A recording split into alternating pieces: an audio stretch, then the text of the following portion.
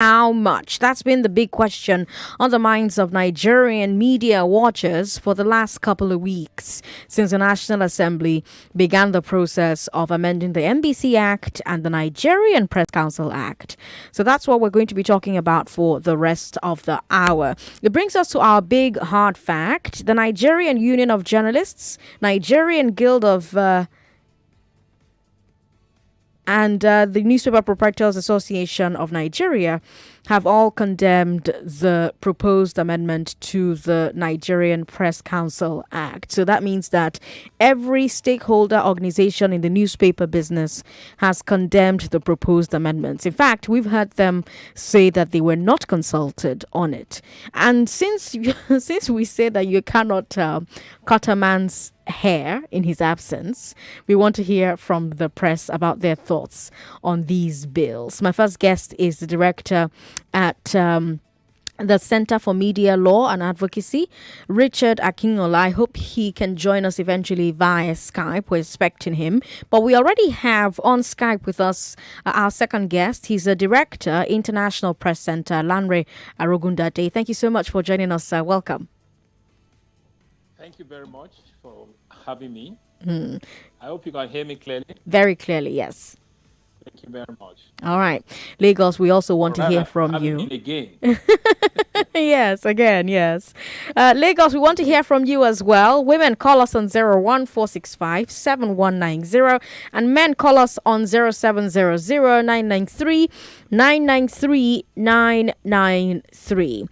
Lanre, before we get into the bills, there have been reports that the National Assembly is shelving them and won't proceed anymore. Is this accurate? What have you heard?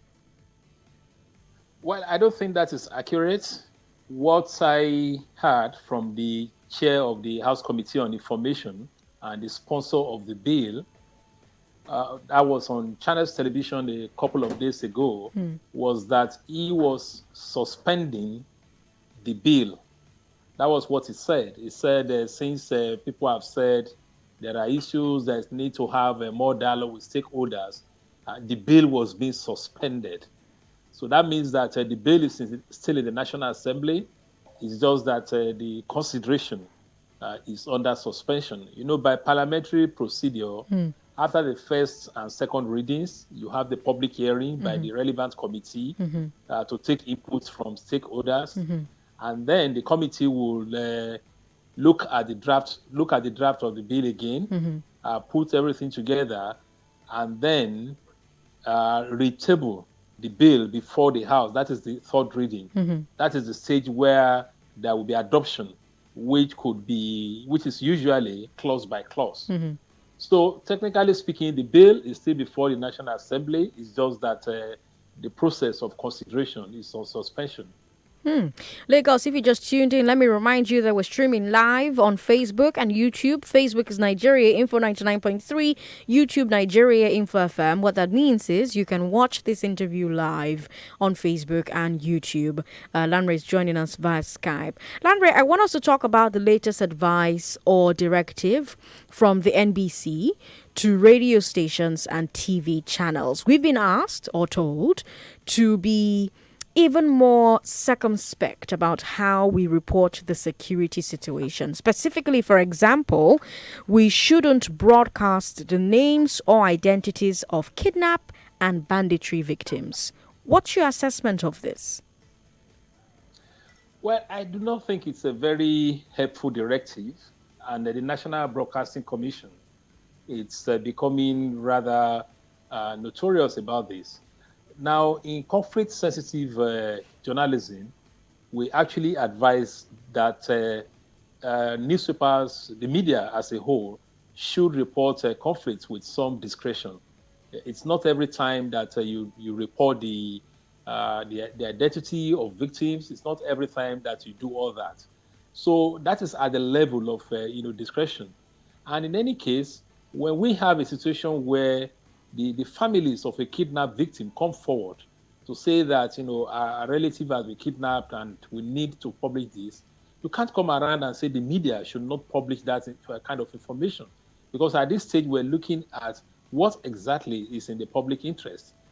it is more dangerous for the media not to report this, because then anything could then happen. And the kind of support that the government needs from the public, they will not get it. Because I believe that the fact that the media reports these issues, reports the kidnappings, the number of those kidnapped, the identities, and then sometimes when one or two are released or government makes effort to release them, the totality of that helps to promote confidence in the system. So for me, this is just like another gag directive, especially when they now said that directive actually mentioned newspaper reviews. And this was coming about a week after the newspapers had a front page protest by way of blackout over these amendment bills that we're talking about. So in a sense, I think invariably what the government is trying to do really is to stop the broadcast media from reviewing newspapers. And that in itself will be a further setback when it comes to dissemination of information and the right of the public to know. But the NBC says that its advice on how to report security stories is so that ongoing operations are not jeopardized. Now, I want to ask, do you... Well, I'm not aware that the NBC is an arm of the armed forces or the intelligence agencies. You already have the Nigerian Broadcasting Code. All they could have done was to remind the broadcast media of the provisions of the code. In any case, apart from the code, we pride ourselves in the Nigerian media of having the code of ethics of the Nigerian media. We also have, the Nigerian Media Code of Election, coverage. So it's not, editors are not, irresponsible people. And even as we speak, it is not every information that Nigerian editors get that they do publish. And what we try to tell our government really is that in crisis situations, in war situations, government informally reach out, to the media to reach certain, understandings, especially when they're carrying out operations. It is allowed. It is done all over the world, where you have engagement between the media and the government. And we could cite some recent examples. The invasion of Iraq, for example, it wasn't as if the American media was not aware, but there was, some understanding.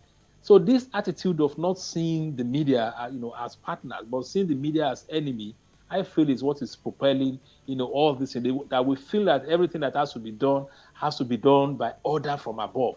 You are ordered not to do this. You are ordered to suspend your Twitter. You are ordered not to, it doesn't work in a democracy. All right. Lagos, let's hear your thoughts to the conversation that we are currently having. 014657190 for women. For men, 0700-993-993-993. We're now joined by the director at the Center for Media Law and Advocacy, Richard Akinola. Thank you so much for joining us again, sir. Thank you. Thank you. Lagos, let's take your thoughts. 99.3, hello. Hello, good evening, Sandra. Good evening. What's your name, sir? I'm Benjamin. I'm calling from Ikeja. Benjamin, welcome. Sandra, you see, I think you were talking about, there's a topic you brought as of last month, or earlier of this month, if I may remember, about Twitter ban. We Nigerians were able to bring in our expression, how we feel about the situations, and at the same time, where everybody give up his opinions. Right. And now again, look at the same thing. I made a comment on this issue of our governance. You see, these people, they know what Nigeria needs, but it's unfortunate that they are now using military system in this dispensation, telling us they are operating democracy, and this is not how to operate democracy. They ban Twitter, we complain, and at the same time they selected journalists that will be giving press to the presidency, and we didn't say anything. And now again they are coming again to stop journalists from broadcasting what they have seen. So that means I told you that these people, they are using Sharia law against us. And this is not democracy in this country, and it's not helping us. And this is the high time we should shout. We should start shouting as a citizen of this country, because we can't take this, and this should continue again. All right, Benjamin, thank you very much for calling. The Sharia part is a bit of an exaggeration, but okay. 99.3, hello. Good afternoon, Sandra. Good afternoon, sir. What's your name? My name is David. Hi, David. Welcome. Go ahead. Yes, our government are very interesting. Okay. I don't know why they don't want to take a cue after you. After Because me. I always hear you say, I fight fake news with facts. Okay. So I don't know why they are just worrying themselves. When have they started this thing? They started with social media. You know, if you don't have anything to hide, even if anybody is publishing a fake news, then come out with your own facts. I said this is the position of things, and everybody have a reasoning. They can weigh the two together and bring out the truth. So all this, their activity, just going about to find a way of subverting the truth, will not help. Will not help. That's my submission. Thank you for making your submission. Richard, the bills empower the NBC and the Press Council to create and enforce codes of conduct for media and press, respectively. But each of those codes would be subject to input and approval from the information minister. Richard, what are the downsides to this? That is absolutely impossible. Absolutely impossible for Ministry of Information to impose a code of conduct for the media. It's impossible because the NPO, that's the Nigerian Press Organization, already has a code of conduct. And NPO is made up of NPAN, NUJ, and the Nigerian Guild of Editors. Already has a code of conduct, and it's an internal affair of the media. So, and every journalist is, subject to such a code. So there's no way Ministry of Information or the government can come and impose a code. It's just like government say we want to impose a code on a legal profession when the legal profession is self-regulated. So it's impossible. So you see, what we are witnessing is a subtle attempt at a major dictatorship, and you see, from history, this is how it starts. Okay. Like that caller said, initially we started with Twitter. Then the next thing is that, of course, we have been talking about the overbearing attitude of the Ministry of Information on the NBC, and it has been a major, and that's why many of us have been saying that we need to detach the NBC from the apron strings of the ministry, because it cannot be acting as a department in the Ministry of Information. It's impossible. It has to act independently, and the same thing with the Nigerian Press Council. So and from the draft sent to the National Assembly, which fortunately that has been suspended, but we should not just taking things lie low, because they can just catch someone unaware and say, okay, it has been suspended, and come out with some funny legislation. Because in the draft, it's like the NBC, it would be an arm, like a department in the Ministry of Information. It's absolutely ridiculous. So there's no way the Nigerian press will allow that. Of course, you see, Nigeria saw what happened last week with how the media responded to the sort of attempt. So, of course, the media is fighting back. So they can't fold their arms and allow themselves to be guillotined by this sort of attempt at censorship. It's impossible. So there's no way the government can impose a code of conduct on Nigerian press, because it is self-regulatory. NPO already has a code of conduct which is updating on a regular basis, so it's impossible. Now, before this, the NBC has also ordered all TV and radio stations to stop using their Twitter handles because the government has suspended Twitter. Plus, they are not allowed to use tweets or information from Twitter during broadcasts. Richard, this is still for you. What are your thoughts both on the legality of this directive and the ethics of this directive in terms of journalism? It is illegal, absolutely illegal and unconstitutional, because in fact, Section 39 of the Constitution is clear, and Section 39 that has to do with freedom of expression, and which is further strengthened by Article 9 of the African Charter on Human and People's Rights, and that's the domesticated law. Apart from the fact that Nigeria is a signatory, but it has been domesticated, which means it is part of our laws. So, and with those two combination of provisions, there's no way, whatever government does can be can be valid. It's absolutely illegal. And because the matter is sub judice, because the matter is in the ECOWAS court, so one cannot go so deep into it. But the fact is that what the government does, as I said, I mean, it's a subtle attempt at censorship. Because how can you say a media has to not tweet? Because that's one of the tools they use in the course of their business. So I mean, so how can you say they shouldn't tweet? So very soon they will say, okay, you can't use Facebook. Later they say you can't use Skype. So all this is a subtle attempt at censorship, which of course the Nigerian press, as I said last time I was here. Now look, the freedom that the Nigerian press has today is a product of struggle. Nobody gives that kind of struggle, that kind of freedom on the platter of gold. It's a product of struggle, a product of advocacy, and a product of litigation. There have been various litigations on freedom of expression, which has expanded the freedom that we have today. So any infraction that is committed, of course, we go to court as it was done in the case of the Sarah, and of course with another person had already even go to court in respect of a lawyer in Ibihig went to court in respect of the 5 million fine against channels. And all these are just sort of attempts to intimidate the broadcast media. Now, let me ask a question. If you say the media cannot, they should be trying to circumscribe them in terms of reporting terrorist activities, but the same government will now bring Gumi's meeting with terrorists to the same broadcast media to be published. So who is fooling who? So if the media could publish Gumi's meeting with terrorists and they cannot independently publish, or even report what the paper said in a newspaper review, it's incongruous. Okay. It doesn't make any sense. Okay. Let me pivot to another aspect of the NBC Act. I'll come to Lanra with this particular question now.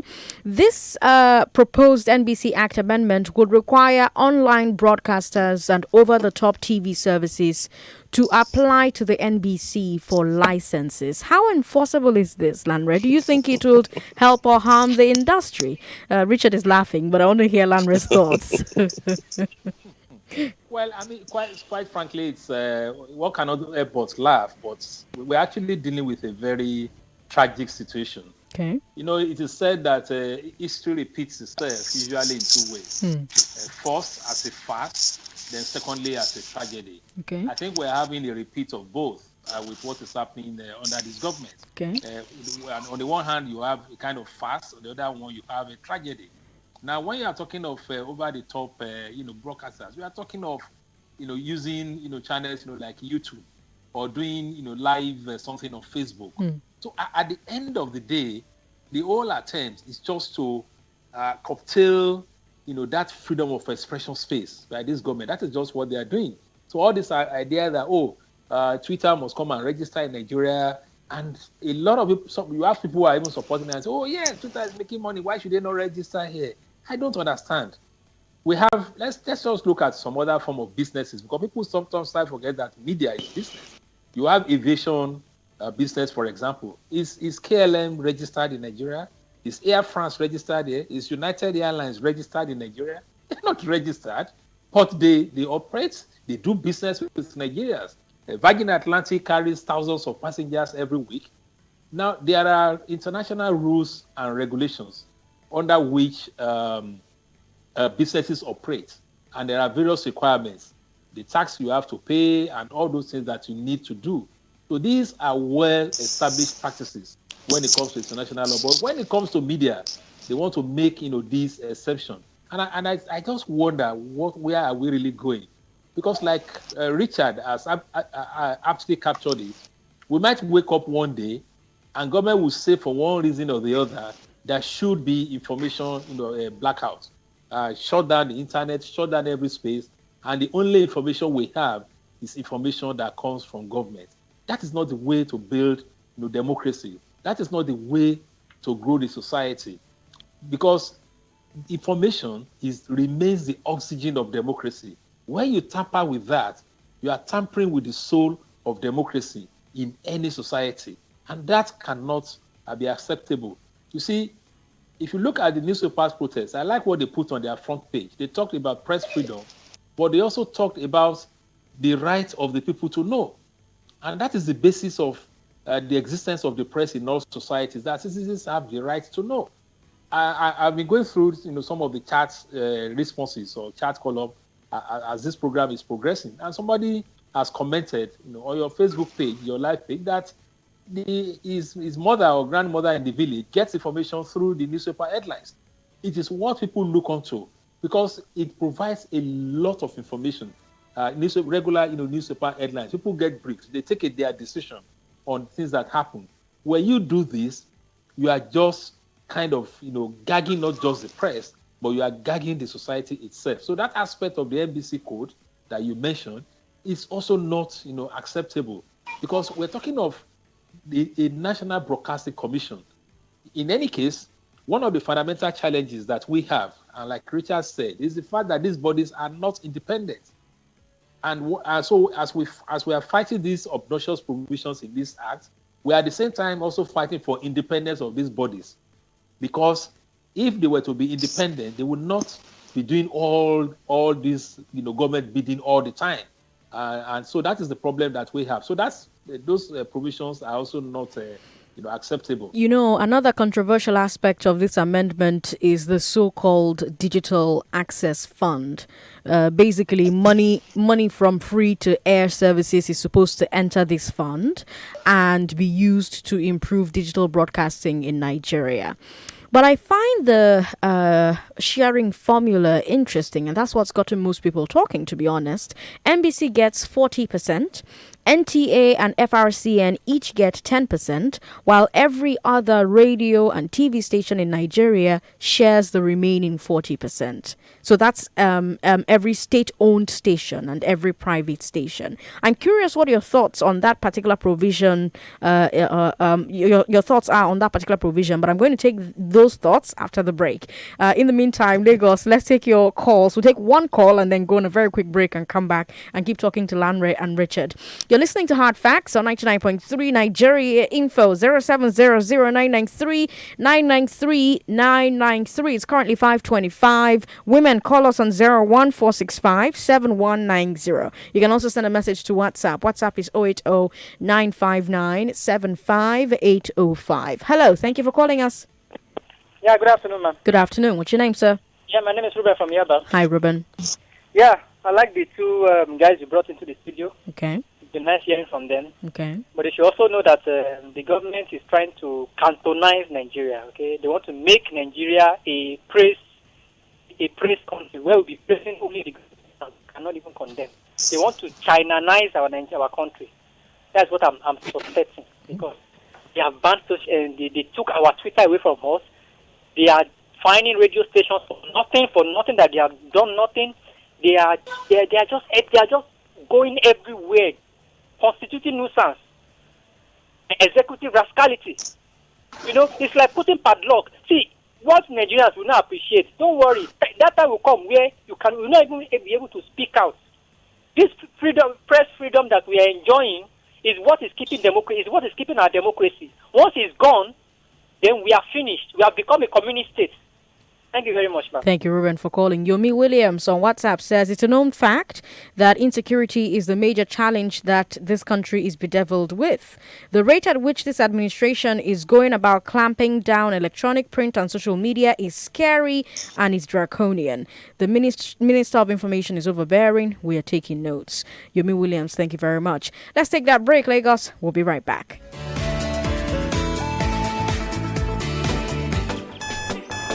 You don't wait for life. You go to meet life. It's not about how many chances you get. It's what you do with what you've got. Morning after morning, cup after cup.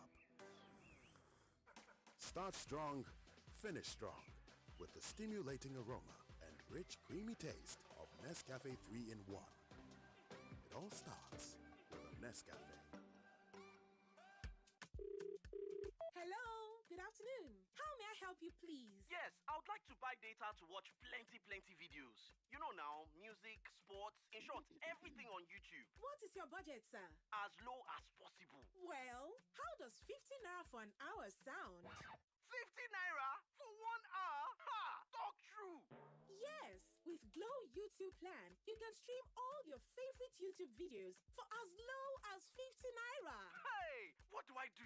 Simply dial *777# to get started. Get the super affordable YouTube time-based plans from Glow and start feasting on your favorite YouTube videos for as low as 50 naira for 1 hour during the day and 50 naira for 5 hours at night. Dial *777#, select data, select social bundle, and select YouTube to choose the Glow YouTube plan that's just right for you. Glow Unlimited.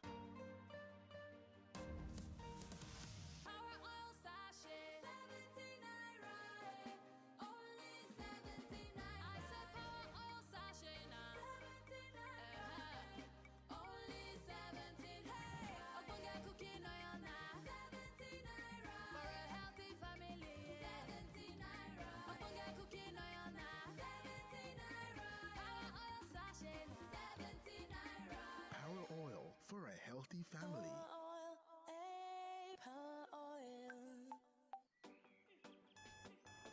You don't wait for life. You go to meet life. It's not about how many chances you get. It's what you do with what you've got. Morning after morning, cup after cup. Start strong, finish strong with the stimulating aroma and rich, creamy taste of Nescafe 3-in-1. It all starts with a Nescafe. We're back. We're back on 99.3 Nigeria Info. Yes, indeed, Lagos. Who should regulate journalism and how much? That's the big question on the minds of Nigerian media watchers for the last couple of weeks since the National Assembly began the process of amending the NBC Act and the Nigerian Press Council Act. If you're watching us live on Facebook or YouTube, you can share your thoughts as we go along. I've got great guests on the show with me today. A director at the Center for Media Law and Advocacy, Richard Akinola, is here. My second guest is a director, International Press Center, Lanre Arogundade. They've been here before. This is the second time we're having this conversation. And before the break, I mentioned that I wanted to get your thoughts. I'll start with Richard and I'll come to Lanre about this aspect of the bill that talks about digital access funds. So you have free-to-air services supposed to enter this fund and be used to improve digital broadcasting in Nigeria. The sharing formula is what has a lot of people talking. So like I said before the break, NBC gets 40%, NTA and FRCN get 10%, while every other radio and TV station in Nigeria shares the remaining 40%. So every state-owned station, every private station. What do you think about that, Richard? It's just laughable, quite frankly. Because, I mean, and it's still, they're not even being clever the way they are going about it. Okay. They are so blatant. And so how can you, I mean, it's like you want to stifle the, not only the state-owned radio or private station or state government-owned station, but even the private stations. Because now we have so many stations in the whole country. So how are you, I mean, doesn't even sound, I mean, reasonable that you out of all these stations, you just left that's something so minute for all those ones. It doesn't make any sense. But like, I'm very optimistic, quite frankly, that all this permit that word of the Ministry of Information and all these things, all this will not see the light of the day. I can tell you that one. This matter will not see the light of the day because all this trying to make NBC, all these provisions or amendments to make NBC like a department of Ministry of Information and the same thing with the MPC, all this will not see the light of the day. I mean, as I said, I think there was a meeting that I think the MPO held with the with the sponsor of those bills in the House, and one of the editors told him, "Look, if you pass this law, that we are going to defy it, and if you want to send everybody to prison, be ready to send everybody to prison." So it gets to that level when open defiance come into play. It's just that it's unfortunate that because of the peculiarity of the broadcast media, there's a limit to which they can go in terms of advocacy. But unlike the private media that can fight back. So I think the private media can successfully fight the battle of both sides. I wonder if Lanre shares Richard's thoughts and his concluding argument. As a matter of fact, I didn't even know that NBC is now another revenue and fiscal allocation commission of Nigeria, where they are doing a sharing formula of 40% and so on and so forth. So it just tells you the mindset of having an all-bearing, commission. I mean, all-powerful commission, really. And the truth of the matter is that what the NBC is supposed to do is actually to regulate the broadcast media. And that also answers the question you raised earlier on about the OTT or whatever, because the definition of the act, of the law establishing the NBC is very, very clear. It says they shall, regulate the radio and television stations, broadcast stations, and the definition is there in terms of what constitutes a broadcast station. The definition does not extend to all these OTTP. So if they bring them in under this amendment bill to become an act, it will still be another form of illegality. So, like he said, what we should be looking at, and this is the model we are putting forward, because I know the theme of this discussion is, who should regulate the media. As a matter of fact, I think we should pose the question the other way to say, how should the media or journalism, be regulated? So, if you look at the model we've talked about repeatedly, the Ghanaian example, where you have the regulatory body being a product of the statute, it's a constitutional provision. The Constitution defines freedom of the press and the responsibility of the press. So when it comes to funding of the National Mass Media Commission, as they call it in Ghana, for example, it is charged to the consolidated fund. And that is what we're also proposing here, to guarantee the independence of the MBC and the MPC. First, take them out of the executive ambit. Second, ensure that the composition of their boards comes with the confirmation of the National Assembly, and then put their funding under what we call the first line charge here in Nigeria, so that all these questions of sharing revenue and the rest of them will be totally out of place. But like some callers have said, and that we have repeatedly said, it's only a government, because everything they are doing is antithetical to what they say they stand for. You say you stand for to fight corruption, you are fighting the media. And you are fighting security, you are fighting the media. Don't forget that the media also provides what we call, in terms of conflict, early warning signals. Because part of what we report, it's not everything that government is aware of. But in a village, people can see strange movements. They can see people carrying arms. The next thing that will occur to them is, let's get this into the media. Possibly they put it on social media. And then the conventional media, because we have that discipline of verification. That's right. We are the ones that can call the commissioner of police in the state to say, we had this information, there's movement of hands, what exactly is happening, have you verified that? So the media can actually help to provide early warning signals of violence, of conflicts, of killings, of mass shootings. But now it's the same media that you are saying must not do this, must not do that. It's not the kind of democracy that we fought for, and it will not augur well for the good of this country. There's no society that develops whose democracy is sustainable where the media is repressed the way this government is trying to do it. But like Richard said, the history of the Nigerian media also is history of resistance to tyranny. And when people say, is this a way of bringing back Decree 4, you now begin to see sense in what they are saying. Because what was the key thing about Decree 4? It was that you could be liable, you could be jailed, even if you publish the truth.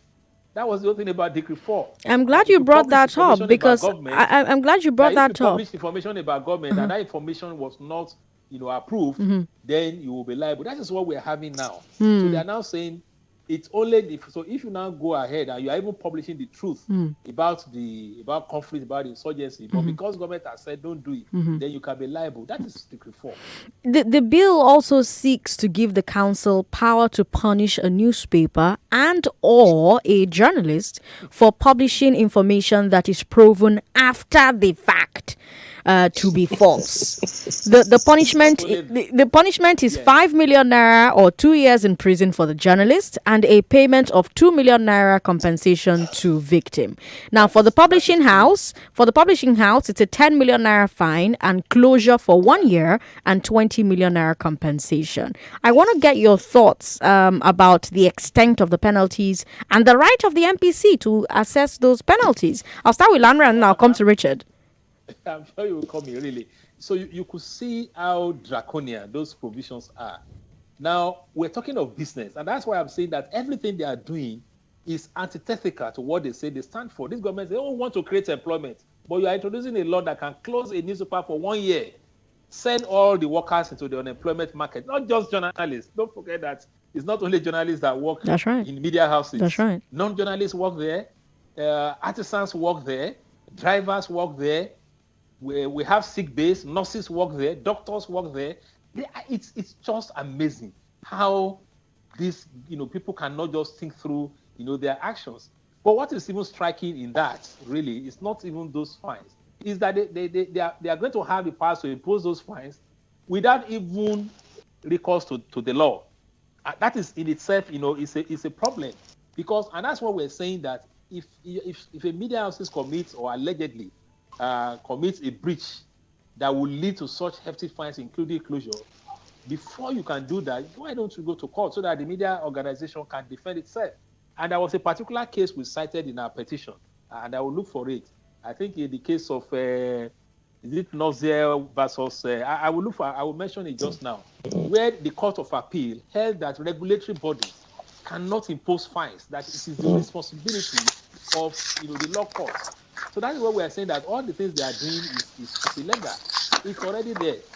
In the case of the NBC, there's even one other funding provision, I think Section 2N of the proposed amendment under functions of the Commission, where it says this punishment that you enumerated can be imposed if it is deemed to be in the public interest. That in itself, so they could just wake up and say, well, we did it in public interest. In any case, you didn't even have to commit an offense. But if the NBC feels it's in the public interest to fine you for telling the truth, then they will go ahead.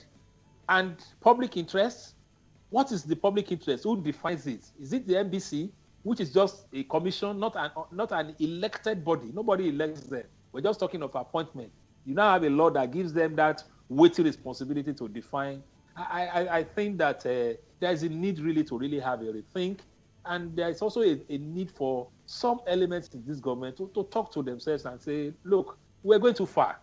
And this should not be the case, because clearly it's becoming embarrassing. These are actions that because we're living in the age of record.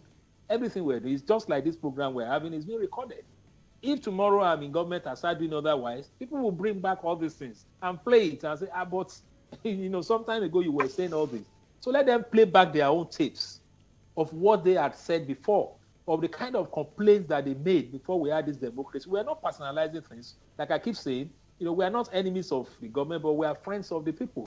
I know how many press conferences we hosted in my organization at the International Press Center, during the other government. I know personalities in this government who came here, used to have a press conference, shout this and so on. And I knew how we fought when we felt that other government was being tyrannical. We didn't keep quiet. We didn't keep quiet when the DSS invaded the APC Computer Center.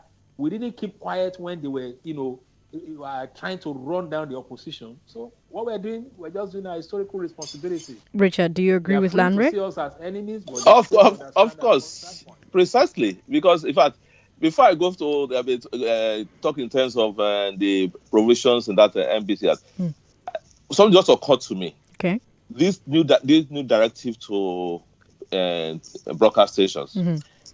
If broadcast stations were to obey 100% that directive, then the press statement issued by the Air Force over the pilots that ejected for that thing will not be aired.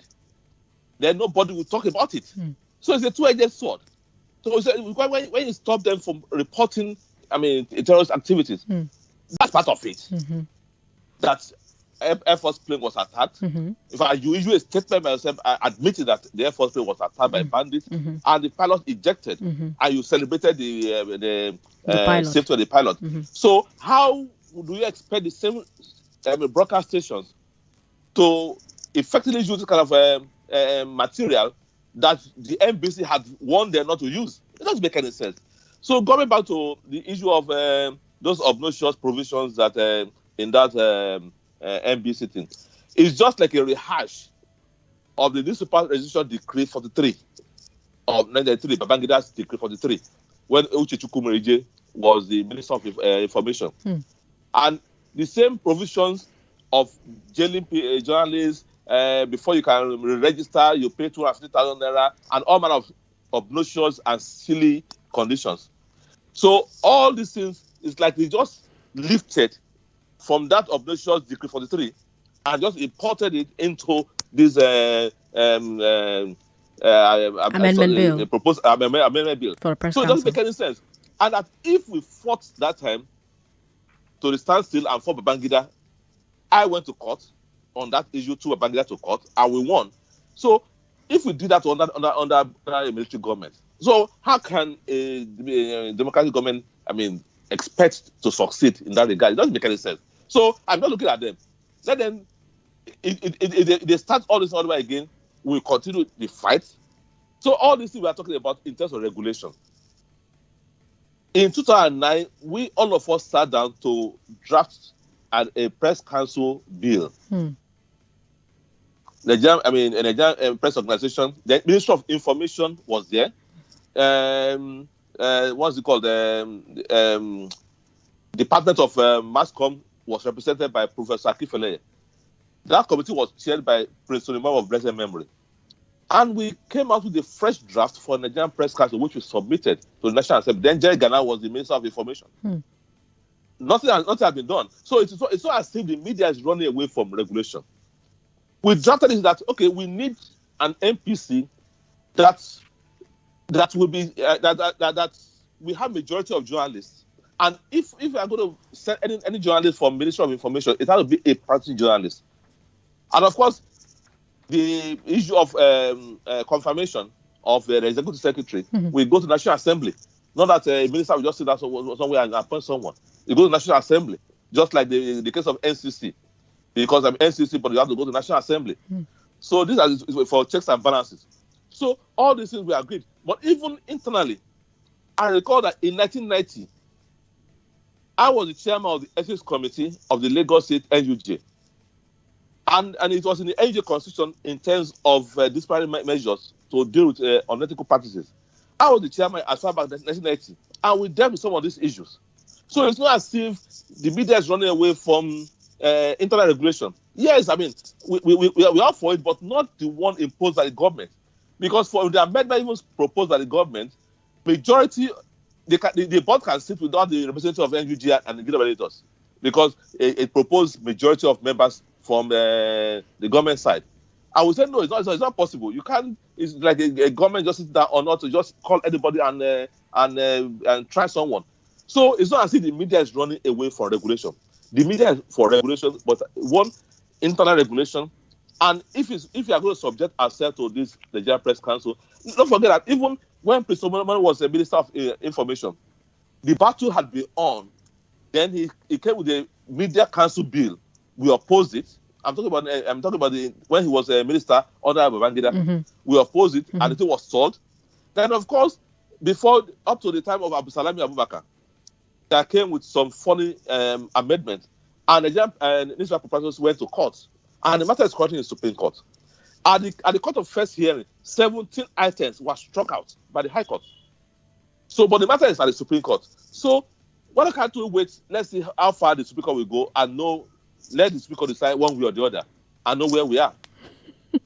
The government keeps on saying that misinformation and hate speech are a big problem, and that's why it's necessary for government to take a more direct role in regulation.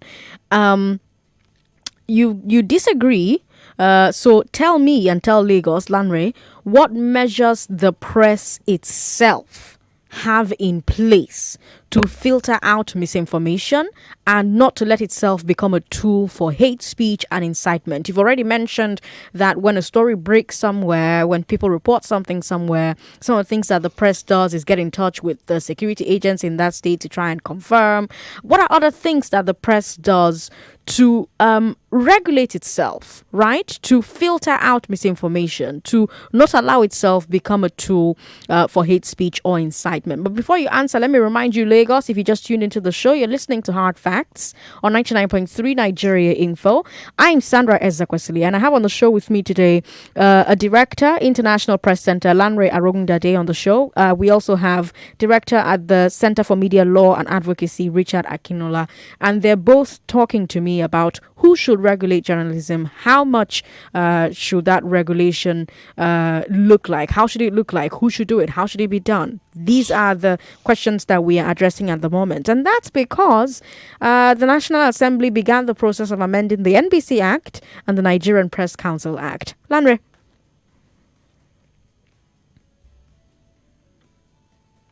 I think you're muted, Lanre.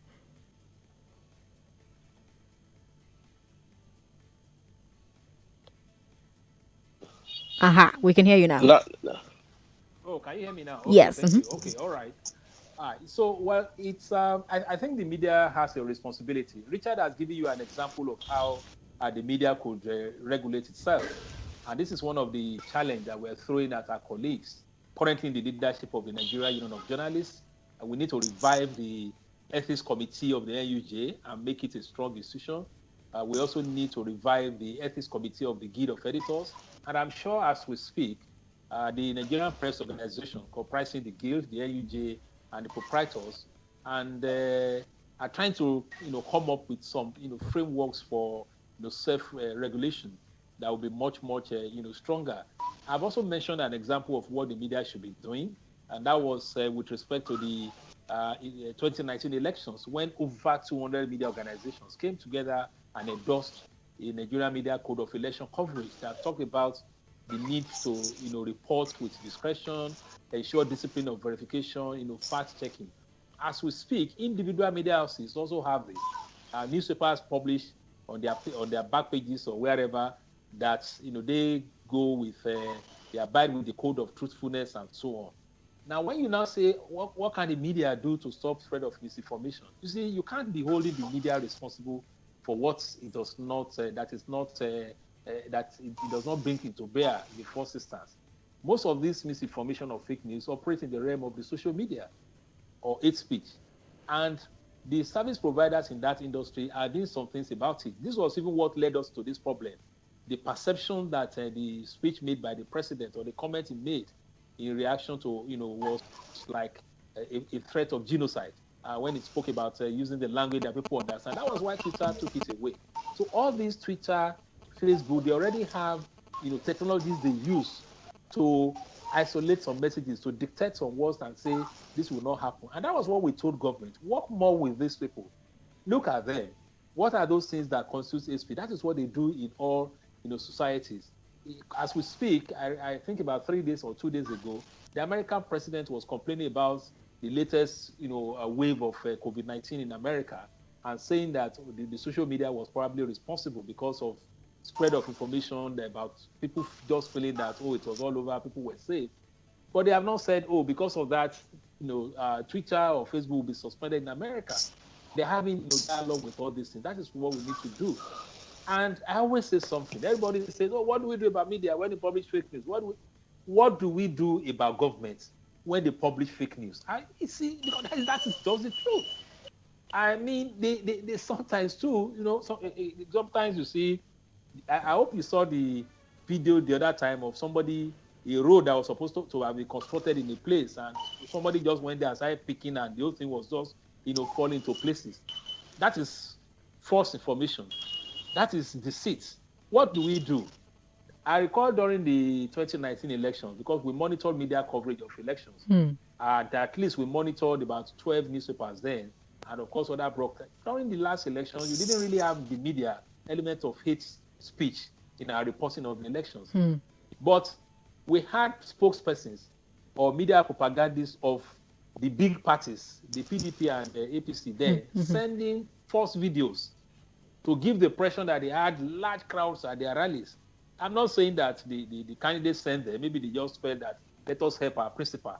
We had a video where they claimed the president was addressing a rally in Kano, and it turned out to be the video of a football match.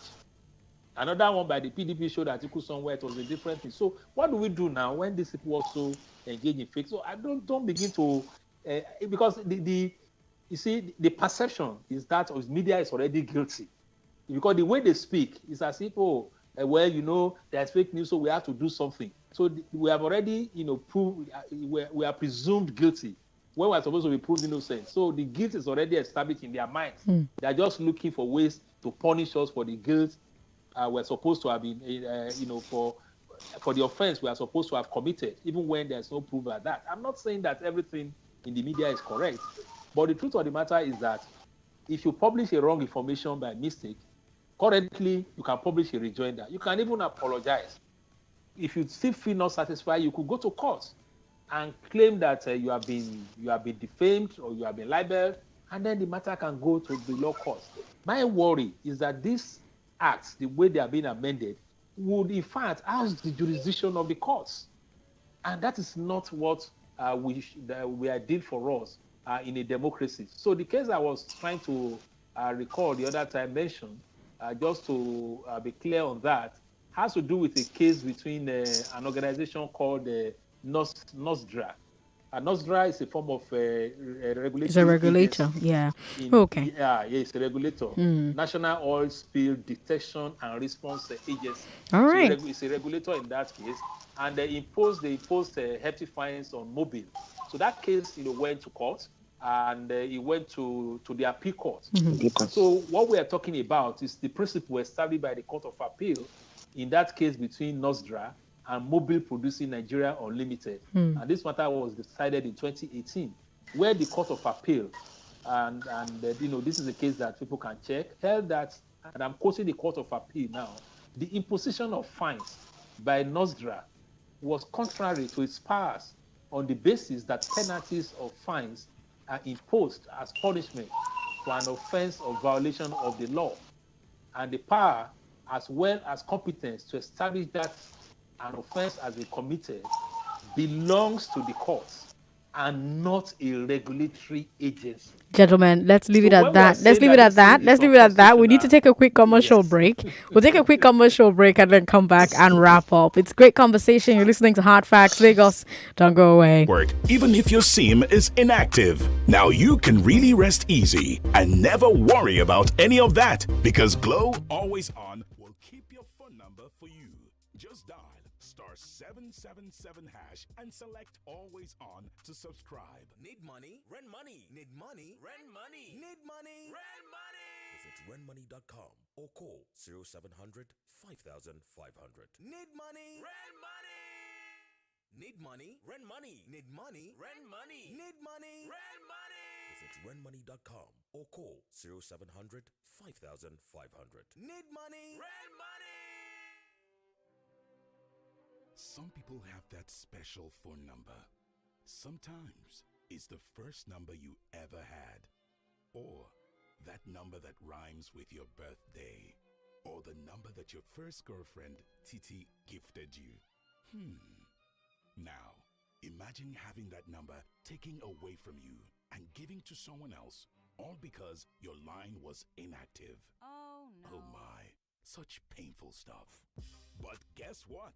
With Glow Always On, that won't happen, because for just 500 naira, you stay connected to the Glow network even if your SIM is inactive. Now you can really rest easy and never worry about any of that, because Glow Always On will keep your phone number for you. Just dial *777# and select Always On to subscribe. Our oil sachet, 70 naira, only 70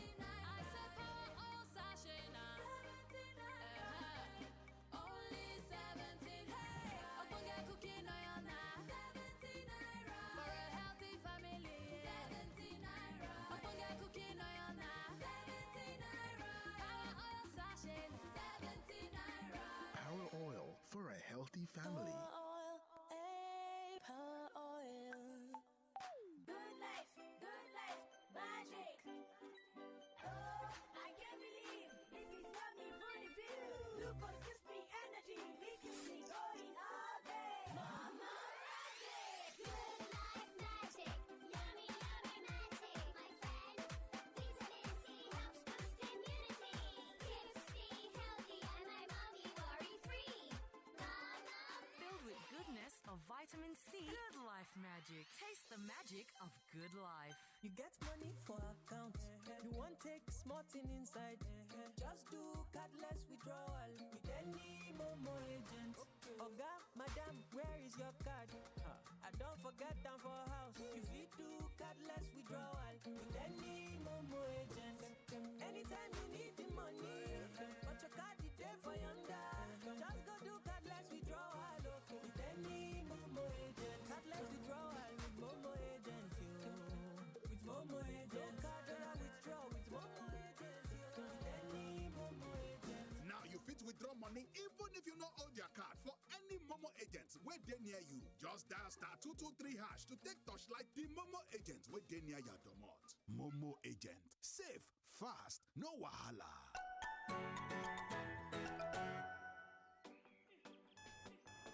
You don't wait for life. You go to meet life. It's not about how many chances you get. It's what you do with what you've got. Morning after morning, cup after cup. Start strong, finish strong with the stimulating aroma and rich, creamy taste of Nescafe 3-in-1. It all starts with a Nescafe. You are listening to your number one station for talk. Your number one station for talk. 99.3 Nigeria Info. Let's talk. Gentlemen, I cannot thank you enough for giving us an hour of your time. I wish we had more time because there's so much more I want to talk about, and Richard has all this historical context to share. But we will keep our eye on this story, and like you both said, we have to be vigilant. This thing may come back up again at the National Assembly. But Richard and Lanre, you've been very gracious. Thank you so much. Thank you. Welcome. Thank you. All right, Lagos, that's all the time we have. Thanks for being a part of the show. Wamimo is here with the news at 6. When she's done, Rufai will take over. If you missed that interview, listen again on nigeriainfo.fm. I'm Sandra Ezekwesili on social media. Those are your hard facts, Lagos. Good night. Leading the conversation. We black people must understand what is really going on. Import, milk, sugar, toothpaste, handkerchief, pencil. We don't make. Presenting the facts and access to pour out your mind. Every time you bring in a shipload of rice, you also bring in a shipload of unemployment because you are transferring your wealth to sustain other economies. So let's look at an Africa that must be free to take care of herself and free from exploitation in broad daylight. They need jobs. They are children. They've graduated. They've come back home to begin a second child because there's no factory to employ them. 99.3 Nigeria Info. Let's talk.